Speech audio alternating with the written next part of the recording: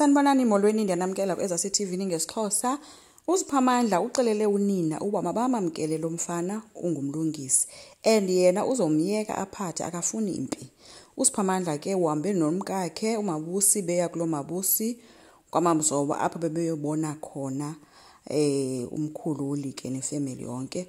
Apho ke afike wake wanencoko nomlungisi.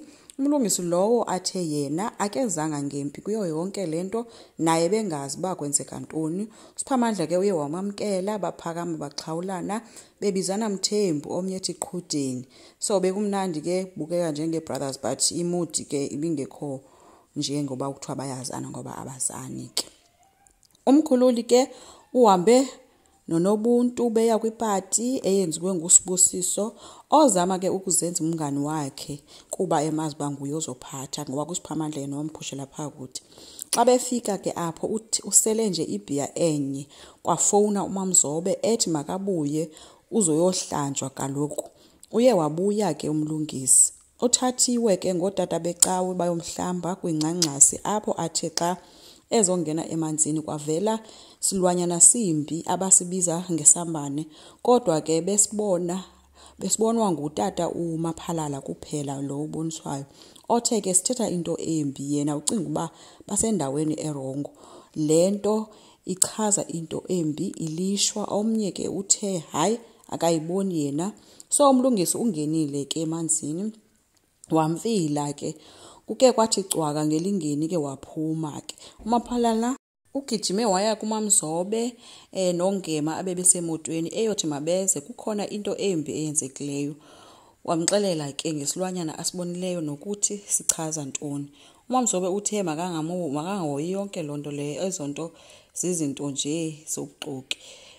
Yonke into yena wazi ba ihambe kakhe xa ingenile emanzini waphuma. Uye wamyeka kuMaphalala.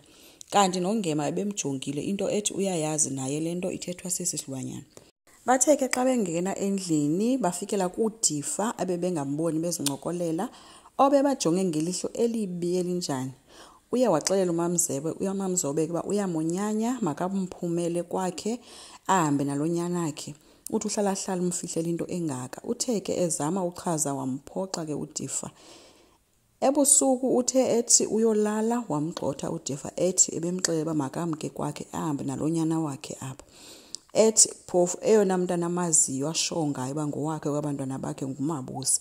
Abanye uthi akazi noba ngabakhe na. Uye waphuma ke uMamzobe ephoxekile wawulala ekamereni gagabisile.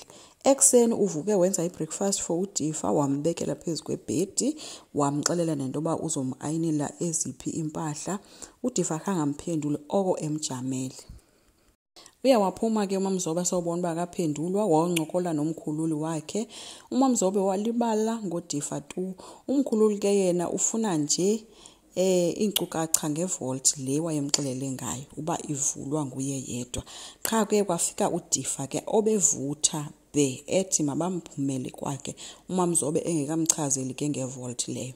Baphume apho ke baya kwaMthembu apho bafike amalungu ekomiti nabo sekuyohlalwa etafuleni kuyothethwa noManzimande noSiphamandla. uManzimande ke ufike sesilwa ke yena ubabuze uba bafunani pha wabe emfuna esiqwini phofu uMamzobe. Wanqandwa nguSiphamandla ke uthe ke uMamzobe yena uzofuna nje uGakhesare uye weza ke apha emva komkhululi ke uSiphamandla ezomnika isitshixo esisevault ke. Akho umuntu uye wamnqanda kuba makangaphakami.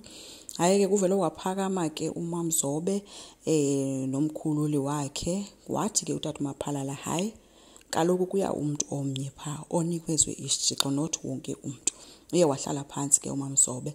uManzimande ke ebephoxekile kakhulu endiye yamothusa into yenziwe nguSiphamandla uyoba anikise ngesitshixo.